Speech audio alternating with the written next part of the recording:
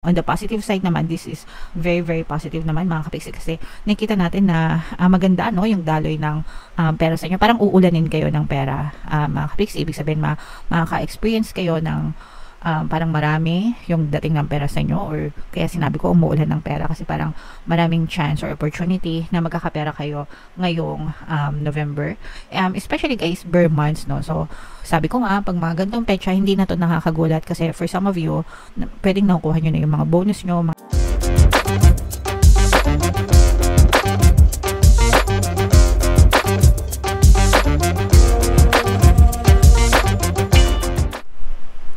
Hello guys, hello Capricorn, welcome back to Pinoy Pixie Tarot.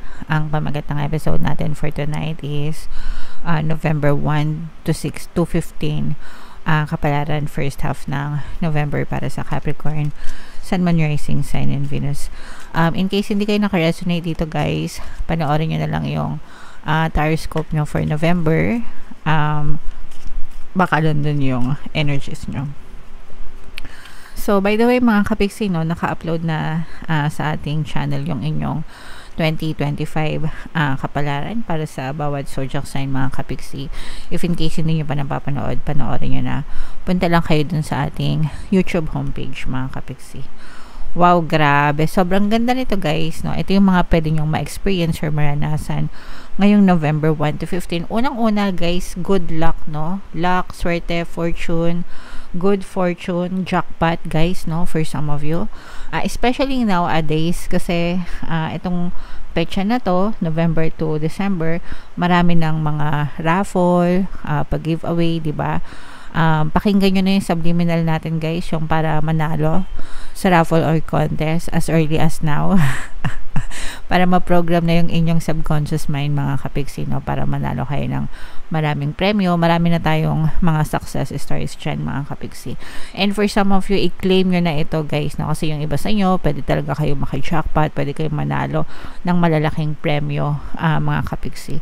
And for some of you naman, kahit hindi naman premyo or what, pwede nyo ring ma-experience na parang gumaganda yung daloy ng swerte sa buhay nyo, and sa pamamagitan nun, parang feeling nyo naka-jackpot na rin kayo. Sometimes kasi hindi lang naman yan mga jackpot sa pera or sa papremyo, kundi jackpot sa buhay, no, na gumagaan yung buhay nyo, kaya parang feeling nyo naka-jackpot na rin kayo, mga kapiksi. Okay? So i-main-main nyo yan, guys, sa comment section. Mind, swerte, good luck, good fortune, jackpot, ganyan. So and for some of you naman, guys, no, parang lumalakas naman yung pagiging introverted side nyo. Sometimes kahit extroverted tayo, mga kapiksi, meron pa rin tayong introverted side, or parang meron tayong times na gusto nating mapag-isa, manahimik, samantalahin yung ating me time, mga kapiksi. So for some of you, pwedeng na-experience nyo yan ngayon na parang medyo gusto nyo munang mag-disconnect and just be on your own. And okay lang yan, guys, especially mga ganitong panahon na parang iniisip natin kung ano yung magandang plano natin sa buhay natin, mga kapiksi. So okay lang yan, guys. And then for some of you, no, parang sinasabi dito, as early as now, ayusin nyo na yung schedule nyo, nagpaplano, di ba? Kasi di ba November, December, maraming mga gatherings, socialization, party dito, party doon, reunion dito, reunion doon, no? So maraming invitation, depende kung gaano kayo karaming friends or mga so-called friends.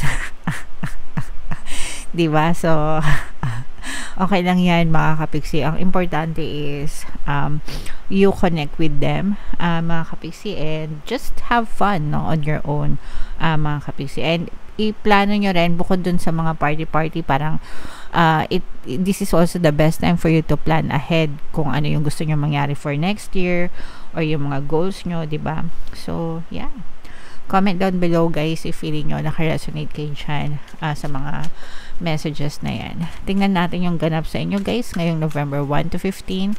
Shuffle ko to, mga kapiksi. Habang sinashuffle ko to, panoorin nyo muna yung video natin regarding sa ating paano mag-manifest ng abundance video course.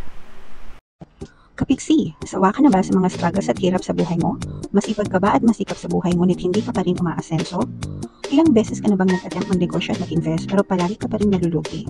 Sa pagkakataon na ito ay maaaring may subconscious beliefs ka na nagiging balakid sa iyong pag-unlad at pagyaman. Introducing, paano mag-manifest ng abundance video course. Dito ay matututunan mo ma-overcome ang mga balakid mo para tuluyan ka ng umunlad, umasenso, sumagana, maging matagumpay, successful at maswerte sa iyong kabuhayan, pera, trabaho, negosyo, salapi at kaperahan ng bonggang-bongga. Dali, mag-send na ng email sa pinoypixitaro@gmail.com at simulan na ang iyong pagyaman ngayon. Alright, so sa lahat ng gusto mag-avail ng course guys, yung promo natin for November mga kapiksi, no, magbibigay tayo ng 500 pesos na discount until November 30 mga kapiksi. So avail nyo na guys, sobrang ganda. And yung ating promo naman para sa ating paano mag-manifest ng abundance video course, 20% discount pa rin tayo dyan until November 31 mga kapiksi. Kaya i-avail nyo na guys, sobrang ganda. So, Capricorn guys, kayo ay na-represent ng King of Pents sa ating spread. Ito yung mga positive and negative energy mga kapiksi.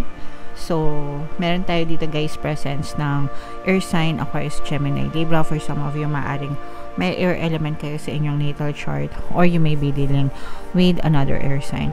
Ito guys, unahin natin itong negative energy for some of you guys kasi parang meron kayong conflict or meron kayong away with a specific person sa buhay nyo na parang hindi pa kayo nakaka-move on dito sa away na to.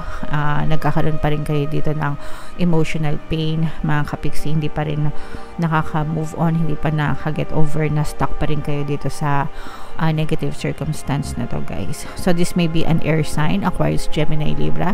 Pwedeng partner nyo to or specific person sa love life, or it can be anybody from your quantum bubble. Pero ang kailangan dito guys is magkaroon ng acceptance and forgiveness, kasi hanggang walang acceptance, walang forgiveness, hindi talaga matatapos guys, no? Yung away na yun, yung sama ng loob na yun mga kapiksi. And even if hindi pa sila nanghihingi ng sorry sa inyo, kasi some of you pwedeng sabihin nyo, kapiksi, paano ko siya papatawarin, hindi naman siya humihingi ng tawad. Okay? So sa mga ganung pagkakataon guys, even if hindi sila voluntary nanghihingi sa inyo ng sorry, it's still very important for you to forgive them. Use the power of your imagination. Imagine niyo na pinapatawad nyo sila, imagine niyo na nanghihingi sila ng sorry sa inyo, ganyan. And then imagine niyo na kayo pinapatawad nyo sila mga kapiksi. The effect is the same. Your subconscious mind doesn't know if things are happening currently or sa past now or sa future.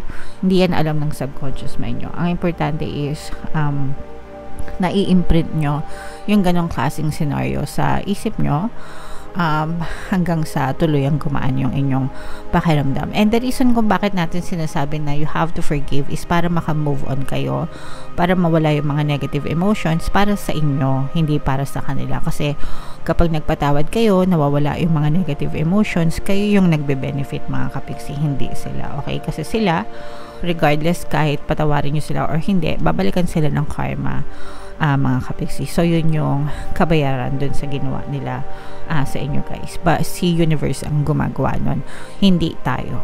Okay? So yan yung nakikita natin sa negative mga kapiksi. Kung gusto nyong maka-move on, it's very important na magpatawad kayo. Okay? On the positive side naman, this is very, very positive naman mga kapiksi, kasi nakikita natin na maganda, no, yung daloy ng pera sa inyo. Parang uulanin kayo ng pera mga kapiksi. Ibig sabihin makaka-experience kayo ng parang marami yung dating ng pera sa inyo, or kaya sinabi ko umuulan ng pera kasi parang maraming chance or opportunity na magkakapera kayo ngayong November, especially guys bare months, no. So sabi ko nga, pag mga ganitong petsa, hindi na to nakakagulat, kasi for some of you pwedeng nakukuha nyo na yung mga bonus nyo, mga incentives nyo, diba?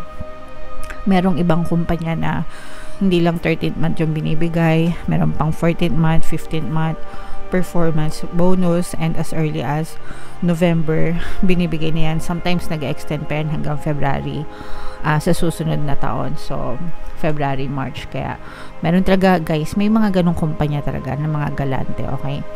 So yeah, i-mine nyo na to sa comment section. Mine maraming pera.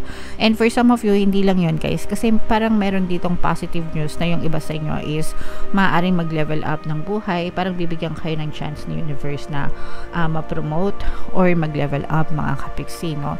So, or parang magbubukas yung pintuan ng oportunidad para ma-promote kayo. So, baka magkaroon ng opening for next level, ganyan. So, applyan nyo na, mga kapiksi, diba? Samantalahin nyo.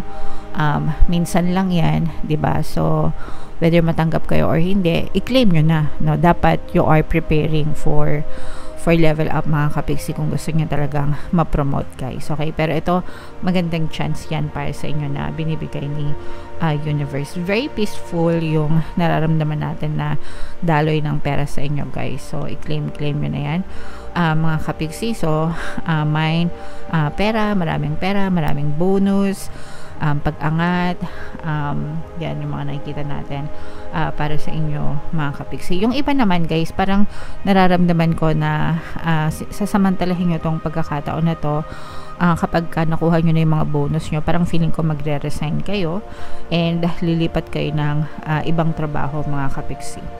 And yung nakikita naman natin dito na reason is yung iba sa inyo parang nasasakal na kayo dun sa trabaho nyo. So, pwedeng nasasakal na kayo sa current job nyo and you want a change sa environment. Pwede din change sa task or something. Pwedeng naghahanap din kayo ng growth, mga kapiksi. Kaya yung iba sa inyo gusto nyo lumipat ng trabaho para ma-experience nyo naman yung ibang work. So, okay lang yan guys kasi maganda. Para sa akin, no, okay lang yun. Lumipat ka ng company every 2 to 3 years para nagle-level up din yung buhay mo. Kung gusto mo tumaas yung sahod mo. Kasi when you go outside the company, mas tumataas kasi yung rate nyo, mga kapiksi. So, 2 to 3 years sa isang company, para sa akin, okay na yun, mga kapiksi. But then again, depende pa rin sa inyo. Merong iba na nagstay 5 years, 10 years, and walang masama doon guys, as long as comfortable kayo sa workplace nyo. Okay lang yan. Tuloy nyo yan, mga kapiksi. So, yan yung nakikita natin na for some of you, no, kung gusto nyo samantalahin itong pagkakataon na to para lumipat ng kumpanya, go rebels nyo lang guys kasi favorable sa inyo yung sitwasyon, mga kapiksi. Okay? And yung mga pinapamain-main ko sa inyo guys, i-main-main nyo na maraming pera, bagong trabaho, pag-unlad, pag-asenso, yan, i-main-main nyo na yan sa comment section. Comment down below guys if naka-resonate kayo. By the way guys, bunot pa tayo ng isa dito para sa ano lang, no, universe, message from the universe, mga kapiksi. The presence of love will always cast out fear, no? So kung pinapalakas nyo yung love energy nyo, pagkakaroon ng faith, love sa puso nyo, alisin nyo yung mga takot, yung mga duda, no? Kasi fear and faith, parehas yan, mga kapiksi, no? Parehas, they are both unseen and they are both a state of mind, mga kapiksi. Whatever you focus on, yun yung magme-materialize or yun yung marirealize nyo sa buhay nyo, sa mga kapiksi. So, it's always better to focus on love and light, no? Para totally mawala yung mga takot and duda sa puso nyo, mga kapiksi. Okay? So, napakagandang additional message for you, Capricorn. Alright? So, comment down below if feeling nyo naka-resonate kayo dyan, guys. Ito yung ating 2025 kapalaran. Kung di nyo pa napapanood, panoorin nyo na. And ito naman yung ating success stories ng paano mag-manifest ng abundance video course. Click here to subscribe, guys. And ito yung ating mga pampaswerte subliminals. Thank you for liking, sharing, and subscribing. See you again next time. I love you all, mga kapiksi. Have a nice day. Bye-bye.